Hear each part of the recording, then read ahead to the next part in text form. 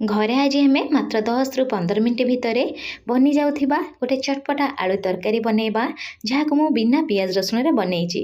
आपण ओषा व्रतरे बनै पारे, अलग दिन मानक बनै पारे, रुटी सहित खातु बा भात सहित बहुत स्वादिष्ट लगी थाए। नमस्कार, प्रतिदिन रोसई को आपण मानकु अनेक अनेक स्वागत।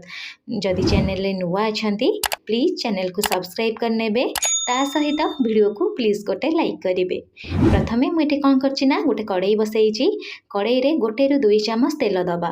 आपन जदि चाहिए गुआ घी रे मध्य बनै पारिबे। तेल जेतबेले गरम हो गोटा गरम मसला यूज करवा, जेमती मुझे डालचीनी, गोटे तेजपत्र, आधा चामच जीरा दे दोची। आ जेतबेले गोटा गरम मसला टिके फुटी जीवो, एठी आमे टमाटो यूज करवा। टमाटर परिमाण टिके जस्ट अधिका रखिबे। टमाटर परिमाण अधिका रखिले चटपटा बनी थाए, खाइपे बहुत स्वादिष्ट लगी थाए। मुझे 3टी medium size tomato finally chop करी नेथिली, ताकू दे दोची। ता सहित स्वाद हिसाब रे लुण दबा। लुण देकी 1 मिनिट जस्ट मिसई नबा। आ आपण चेष्टा करिवे पाचला टमाटो एठी यूज करिया पई। तापरे कोन करबा ना अल्प टिके एठी धनिया पत्र काटी के दबा। आपण पर जदी कसुरी मेथी थिबो निश्चय एठी कसुरी मेथी यूज करिवे, टेस्ट बहुत भल आसी थाए। धनिया पत्र देई सला परे टिके जस्ट मिसई नबा।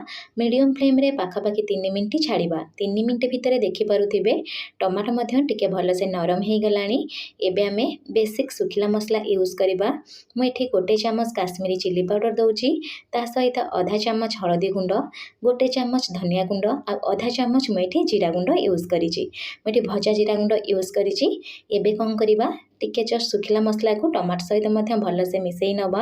आ सुखिला मसला तळु न लागिबा पई अल्प टिके पानी दबा। पानी देकी टिके जस्ट भल से मिसई नेबे, जेंति मसलाटा पूरा चटपटा बनिबो आ भल से टिके ग्रेवी वाला बनिबो। मसला को मिसई साला परे लो टू मीडियम फ्लेम रे मसला हवा पई पाखापाखि 2 ରୁ 3 मिनिट छाड़ी देबे। 2 ରୁ 3 मिनिट भितर देखिबे मसला ऊपर एमते तेल छाड़ीबा स्टार्ट हे जिवो। मसला को कोन करिवे ना आउ थरे टिके एपट सेपट करी मिसई नेबे। आ मिसई साला परे एबे आमे आलू यूज करिबा। मुझे 4टी सिझा आलू को भल से चोपा छड़े नहीं। आलू के काटिक देवेनि, हाथ में एमती कौन करेंगे ना चकड़ी देवे। माने पूरा चकड़ेनि, जमी खद खदड़िया थी सहीपरी देवे। देखिपे मुझे बड़ बड़ पीस रे एमती भांगिक दे दूची। यही प्रोसेस रे मु कौन करी ना सबू आलू को प्रथमे देदेवी। दे सारा पर आलू सहित मसला को कौन करी ना कंटिन्यूअसली 2 ରୁ 3 मिनिट एठी मिसेबी। आपन जदि ओषा व्रत को बनैया चाहूथिबे ताहले मात्र 10 ରୁ 15 मिनिट भितर बनी जिवो। खाइबा बहुत चटपटा लगिबो। मिसई सारा पर ग्रेवी पाई एठी हमें पानी यूज करबा।